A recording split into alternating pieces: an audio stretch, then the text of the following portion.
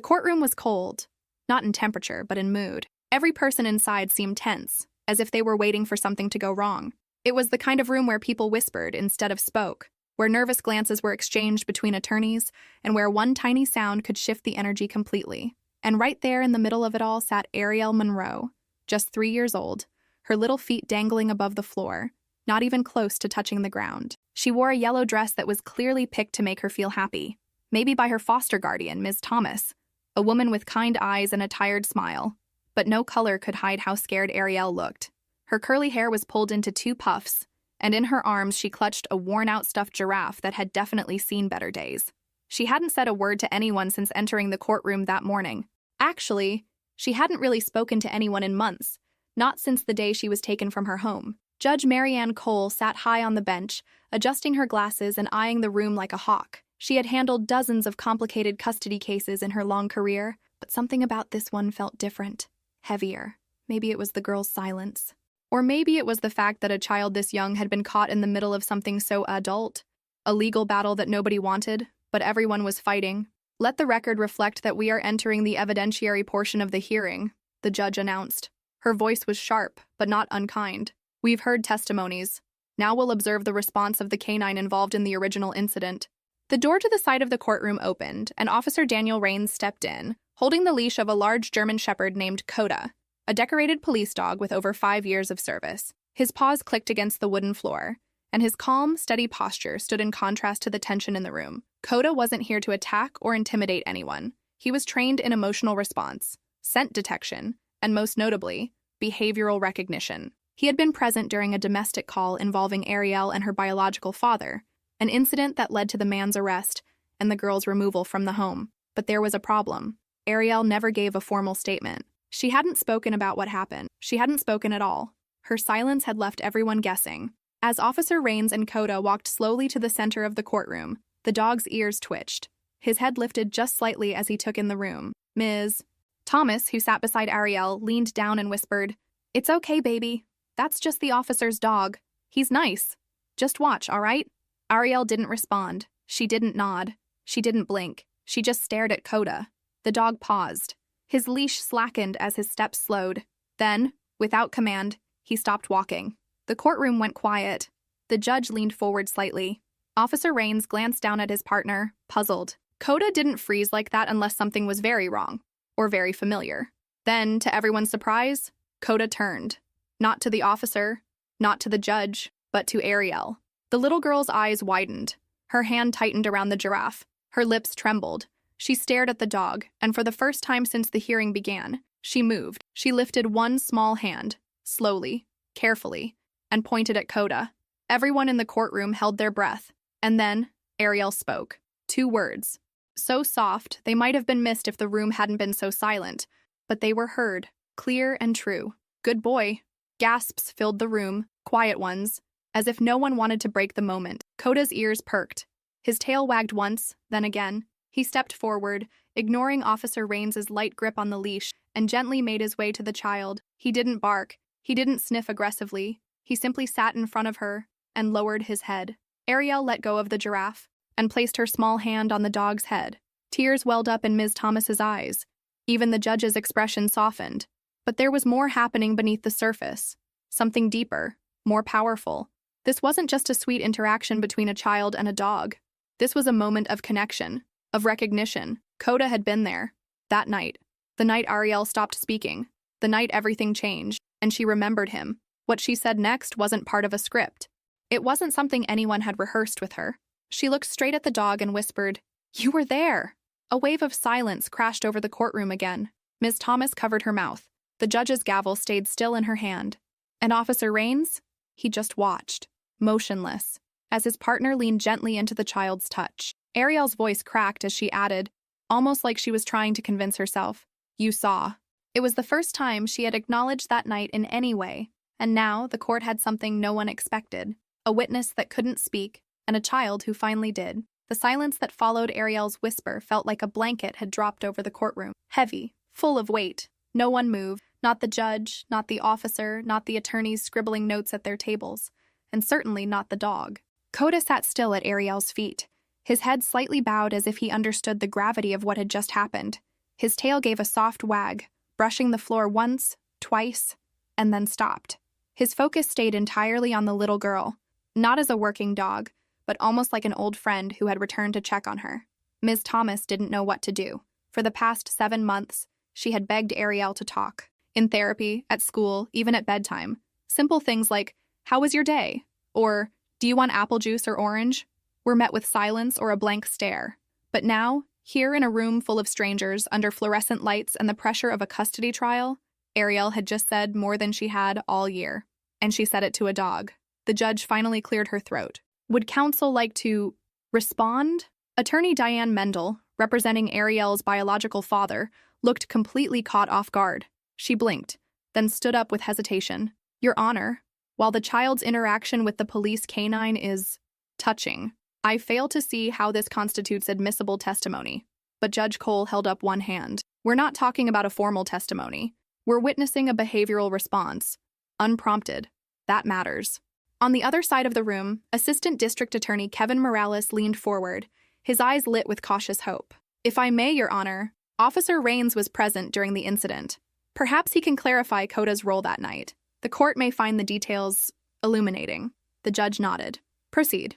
Officer Raines stepped forward, but he didn't go straight to the stand. He looked at Ariel first, and with a voice softer than anyone expected from a man of his size, he said, Hey there, Ariel. Remember me? The little girl didn't answer, not with words at least, but her eyes flickered and she gave the faintest of nods. That was enough. Raines took the stand and adjusted the microphone. The night of the incident, Coda and I responded to a call at the Monroe residence. Dispatch reported a domestic disturbance involving possible child endangerment. He paused, glancing toward the defense table. Upon arrival, we heard shouting from inside. When I entered with Coda, the child, Ariel, was crouched behind a coffee table. Her father was standing above her, screaming and holding a bottle. Coda placed himself between the two and barked, not to attack, but to signal distress. A hush fell over the courtroom again. I ordered the man to step away. He resisted. Coda remained still, guarding Ariel until backup arrived. The moment the scene was secure, I remember kneeling down, and Ariel reached for Coda. She didn't cry. She didn't scream. She just touched him. And did she say anything that night? The judge asked gently. Raines shook his head. Not a word. She held onto his collar and wouldn't let go until social services arrived. That moment, that visual, burned into everyone's mind. A toddler reaching for a dog during chaos. No words, just instinct. And now, the judge continued, today, she not only recognizes the dog, but verbally connects him to that memory? Yes, ma'am, Raines said. It's significant. Attorney Mendel stood again. Objection, Your Honor. This is speculative. We cannot know what the child remembers, or whether her words imply acknowledgement of the father's actions. But Judge Cole didn't budge. You may argue your position, counselor, but don't dismiss a child's first verbal response to trauma as speculation. That child was silent for 7 months. And now, in this exact environment, she speaks. Mendel sat down, flustered. Meanwhile, Ariel hadn't stopped touching Coda. She ran her tiny fingers gently through his fur, her face calm, a calm that neither Ms. Thomas nor any therapist had ever witnessed before. Then, something else happened. Ariel looked up, not at the dog, not at Ms. Thomas. She looked straight at the judge, and with a trembling voice she asked, Can he stay? It wasn't a demand. It wasn't even a real request, legally speaking, but the impact was immediate. The judge blinked, caught off guard by the direct question. You mean Coda? Ariel nodded slowly. The courtroom held its breath again. The judge leaned forward, and for the first time in the entire trial, her voice softened. I don't know if he can stay forever, sweetie, but I think he can stay with you for today. Would that help? Ariel gave the smallest smile. A real one. And just like that, something shifted. This wasn't just about custody anymore. It wasn't about legal procedures or technicalities. It was about a little girl whose voice had finally returned, and the dog who made her feel safe enough to use it. The rest of the hearing would continue, but everyone knew the energy in that room had changed. For the first time, Ariel was no longer just a silent file in a folder. She was a witness to her own life, and she was finally speaking. Later that day, the courtroom lights felt dimmer, not because the bulbs had changed, but because the tone in the room had shifted. It wasn't just legal anymore. It was personal. Everyone felt it. Ariel sat a little straighter in her seat now, her small hand still resting gently on Coda's back. The German shepherd, loyal and calm, hadn't moved since she asked if he could stay. His presence grounded her, and that connection had awakened something in the people around her too. something beyond the formalities of law, human understanding. Judge Cole took a moment to gather her papers. The courtroom had resumed, but there was a noticeable change in her demeanor, less stiff, more maternal. She glanced at both legal teams, then turned her eyes to the assistant district attorney. Mr. Morales, she began, you requested permission to introduce supplemental testimony based on the canine officer's presence. Do you wish to proceed? Kevin Morales stood, buttoned his blazer, and spoke calmly. Yes, Your Honor. I'd like to call Dr. Karen Blanchard, child psychologist assigned to Ariel Monroe's case. A woman in her late 40s walked to the stand. She wore a modest blue blazer, glasses, and a badge identifying her as a court-approved trauma specialist. She looked at Ariel and gave her a soft smile before placing a hand on the Bible and swearing in. Dr. Blanchard's voice was steady, warm, the kind of voice that made people feel safe. I've been working with Ariel Monroe since February. In that time, she's exhibited signs consistent with selective mutism triggered by trauma. And in plain terms, Doctor? Morales asked, making sure the jury and everyone else could follow. She doesn't speak because her brain has learned to associate speech with danger. Her silence is a survival mechanism.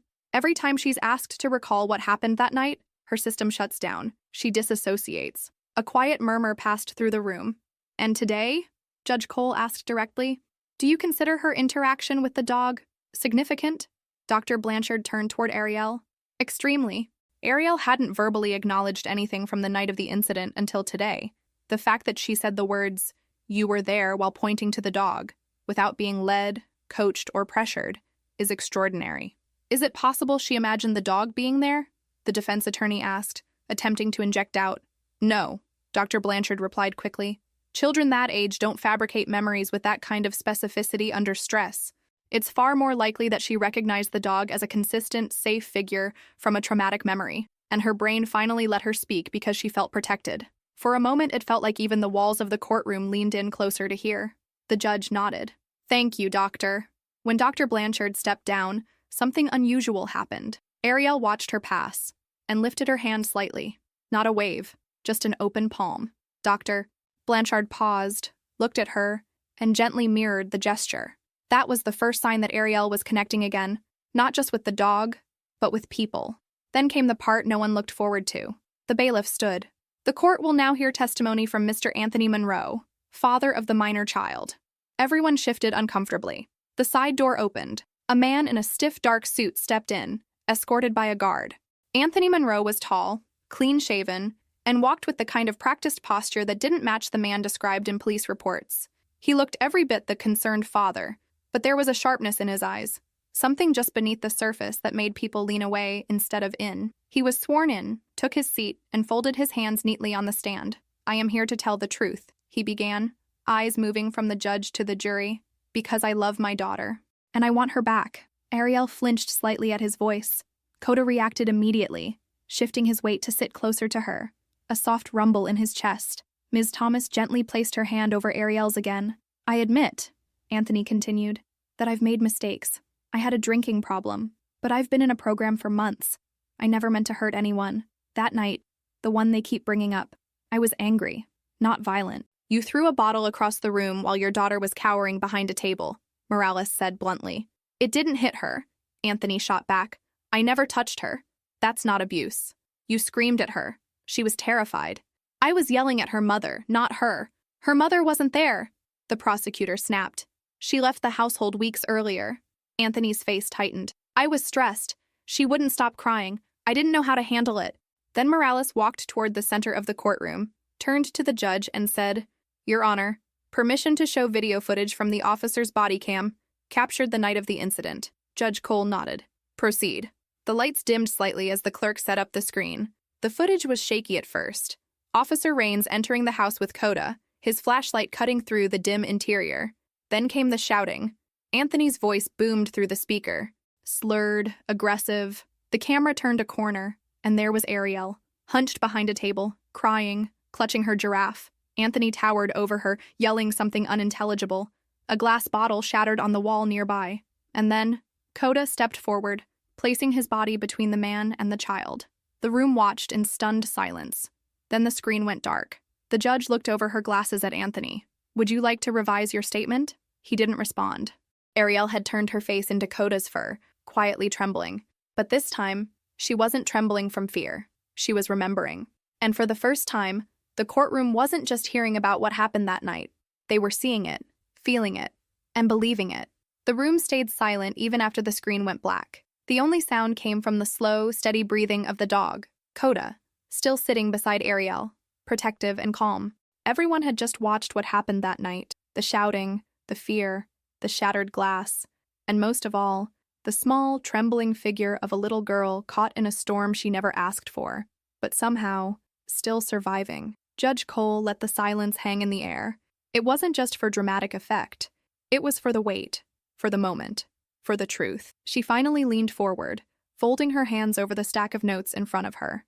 "Mr. Monroe," she said firmly, "do you wish to respond to the footage?" Anthony Monroe had gone pale. He shifted in his seat and stared at the floor. His jaw clenched. "With all due respect, Your Honor," he began. "That was months ago. I was under stress. That video doesn't reflect who I am today." But no one seemed moved by his words. Not the jury, not the gallery, not the judge, and certainly not Ariel. She didn't even look at him. Instead, she whispered something into Coda's ear, too soft for anyone else to hear, and the dog's ears perked up slightly, as if he understood. Maybe he didn't. But maybe it didn't matter, because she believed he did. And for a little girl trying to feel safe again, that was everything. Kevin Morales rose from his chair. "Your Honor, we respectfully request that custody remain with Ms. Thomas until a long-term guardianship can be arranged. Based on today's behavioral response, it is clear the child associates her father not with safety, but with trauma." Judge Cole gave a slow nod, considering his words. But before she could respond, Ms. Thomas, quiet until now, leaned toward Ariel and whispered, "Do you want to speak, baby? It's okay if you don't. But if you do, the judge will listen." Ariel looked up at her, then at the judge. And for the second time that day, she did something no one expected. She stood up. The courtroom held its collective breath. A 3-year-old child, rising from her seat with soft steps, holding onto Coda's neck for balance, and looking straight ahead, not at her father, not at her guardian, but directly at Judge Cole. The judge was visibly moved. "Ariel, would you like to say something?" Ariel nodded slowly, then turned her body so she was facing both tables, the prosecution and the defense, and pointed at her father. "I don't want to go with him," she said. The words were small, quiet, but clear. Her voice didn't shake. She didn't stutter. She just said it like she'd been holding it in for far too long. Gasps filled the room. A few people in the gallery wiped their eyes. Even one of the jurors visibly swallowed hard. Anthony Monroe's face went red. "She's just a kid," he muttered. "She doesn't understand." But Judge Cole's gavel hit the bench. "Enough." Then she turned back to Ariel. "And where do you feel safe?" Ariel looked at Ms. Thomas, then down at Coda. With her. And with him. That moment felt like something out of a movie. Not because it was dramatic, but because it was real. It was the kind of truth that didn't come from a lawyer's mouth or a psychologist's report. It came from a child's heart, a child who had found her voice. The judge nodded solemnly. "Thank you, Ariel. That was very brave." Then she faced the courtroom. "The court will take a brief recess before I deliver my ruling." As the judge exited the room, no one moved. Everyone was still processing what they'd just seen and heard. Ms. Thomas wrapped an arm gently around Ariel's shoulders. "You did good, sweetie," she whispered. "So good." Ariel didn't say anything back, but the way she leaned into the embrace said enough. Coda rested his head in her lap, and for a few minutes that courtroom, once so full of tension and fear, was filled with something else entirely, peace. But the story wasn't quite over yet. Outside the courtroom doors, in the hallway, a woman in her 50s stood alone. Her hands clutched a small handbag, and her eyes were glassy with emotion. She had been following the case quietly for months, watching, waiting, praying. Her name was Margaret Monroe, Ariel's grandmother. She hadn't seen her granddaughter since before the arrest, estranged from her own son, Anthony, for years due to his temper and substance abuse. But when she heard that Ariel had been taken into custody, she knew she had to step forward. She had reached out to Child Protective Services, offering to take custody, but the process had stalled. Delays, bureaucracy, missed paperwork. But now she'd heard enough. She walked through the courtroom doors just as recess ended. The clerk started to speak, but Judge Cole looked up and held up her hand. "Let her in," the judge said, recognizing the name on the visitors list. "That's Margaret Monroe, the child's paternal grandmother." Ms. Thomas turned, surprised. Ariel did too. Margaret approached the table slowly, cautiously, not wanting to frighten the child, and knelt down to Ariel's level. "Hi, baby," she said softly. You probably don't remember me, but I remember you. You used to fall asleep on my chest every Sunday after church. Ariel tilted her head, curious. I don't want to take you away from anyone. I just wanted you to know you're not alone. Ariel blinked slowly. She looked at Ms. Thomas, then at Coda, then back to Margaret. Do you have apple juice at your house? Margaret chuckled, tears slipping down her cheeks. I do. And Teddy Grahams. The girl gave a small smile. And in that moment, the courtroom wasn't just a place of rules and evidence. It became a place of possibility, of healing, of new beginnings. When the judge re-entered the room, something had changed, not just in the physical environment, but in the people. There was a sense of unity among strangers, as if they had all shared an experience they would never forget. The kind of moment you don't learn in law school, the kind of truth that doesn't fit in reports or official records. It was the kind of moment that only a child could bring about, with the unexpected help of a dog. Ariel was sitting next to Miss Thomas again, with Coda lying at her feet. Margaret, her grandmother, remained discreetly in the back of the room, respecting the space her granddaughter had created with these two figures she clearly considered safe, the woman who had taken her in, and the dog who had never left her side. Judge Marianne Cole took a deep breath before speaking. Before I render my decision, she said in a firm voice, I want to acknowledge what we've all witnessed today.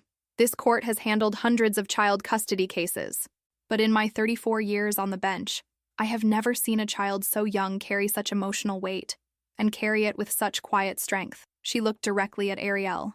You reminded all of us why we're here. Not for paperwork, not for procedures, but for you, for your safety, for your healing. The silence in the room was absolute. Based on the testimony provided, the expert psychological analysis, the video evidence, and most importantly, the child's own voice, I find that returning custody to Mr. Anthony Monroe would not be in the best interest of the minor. Anthony didn't react.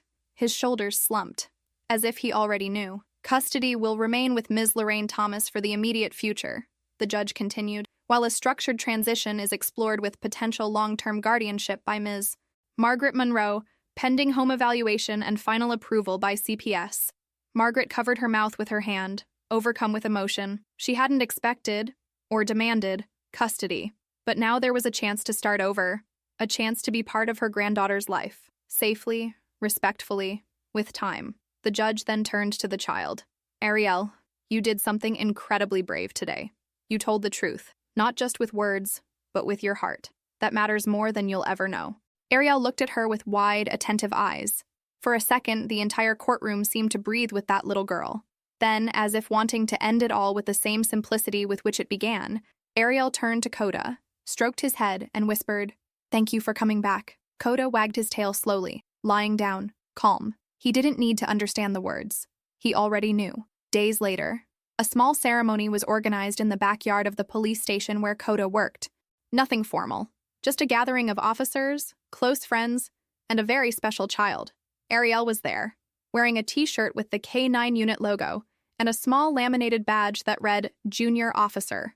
The local police captain presented the dog with a symbolic medal saying, Coda served this community for 6 years, but today, he saved someone's future, and that's worth more than any arrest.